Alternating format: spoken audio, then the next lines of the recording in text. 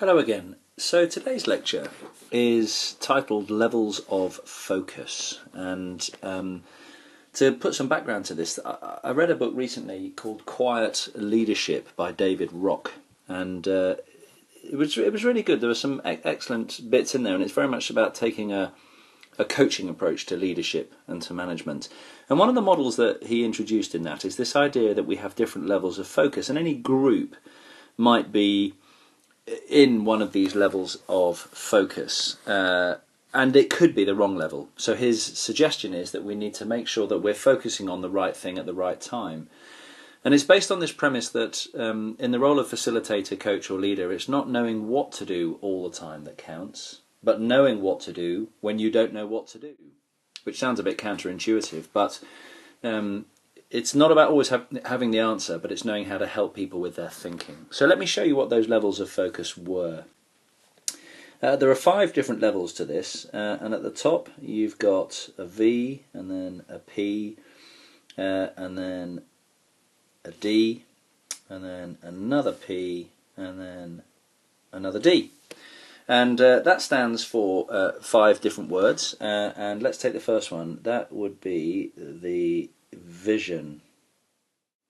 So any group could be focusing on the vision, and the vision is setting out what is it that we're here to do, what is our overall purpose, what's the grand purpose of the organisation, and how does today's meeting fit into that purpose, that mission statement or the vision statement of the organisation. And if a meeting doesn't have a vision, then you have to ask yourself the question, why are you having the meeting if it hasn't got a purpose? And it might just be to make a decision. The purpose of the meeting might just be to make a decision on which supplier we're going to use for upgrading our production line. But it must have that overall vision.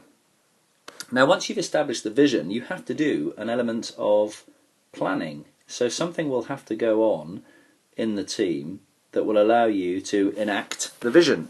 And this is where you start putting names to tasks and deadlines and answering the question, who needs to do what and by when, in order for this to actually progress.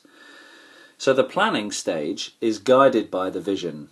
If we dive straight into planning and we haven't got the vision clear, then who knows if the plan is right.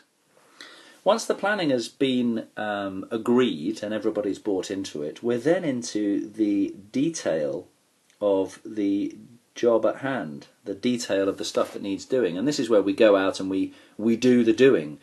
And it could be any task that fulfills the plan which takes us towards the vision. It's possible that we get drawn into detail far too early and we start doing stuff before we've actually got a clear plan.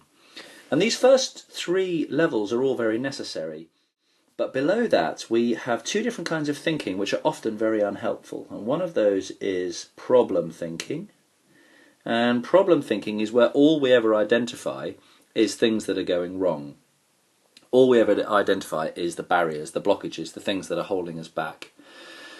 And the issue around problem thinking is that groups can get stuck. So they might be having a conversation about what needs to be done next, and all they're focused on is talking around and through the problem. And similarly, it might be taken to another level where the group is so focused on the problem that emotions are bubbling up to the surface and all we can talk about is drama. And the drama is the emotion of the problem when everyone's het up and anxious and frustrated, and really we've got so much emotional noise going on that we're unable to focus on clear thoughts. And David Rock suggests that what we tend to do with all of this is descend far too quickly down this level of focus, and that's destructive. And normally if we're stuck in drama, if we go up a level, then we focus on the problem at hand. In order to get over the problem, then perhaps we can focus on the detail. And if we're stuck in detail, then perhaps we can do some planning, because the planning will make sure the detail we're doing is right. And if we're not even doing the right kind of planning, then perhaps we should be focusing on vision. And what Rock suggests is that really we should be, at any one time, if you feel like the conversation is stuck, if you feel like the meeting isn't going anywhere, if you feel like there's disagreement in the room, if you feel like there's a lot of emotion, then we rise up the levels. And there's rarely a time that rising up the levels doesn't help, support, and move the group on. So back to my comment at the beginning, which was it's not knowing what to do that counts, but knowing what to do when you don't know what to do. And this levels of focus model is a very good way for the facilitator or the manager to get the group moving in the right direction. So I'll leave you with the question, which level of focus do you find yourself stuck at, and what do you need to do to move it on? Thank you very much for listening, and I will be talking to you again in another lecture.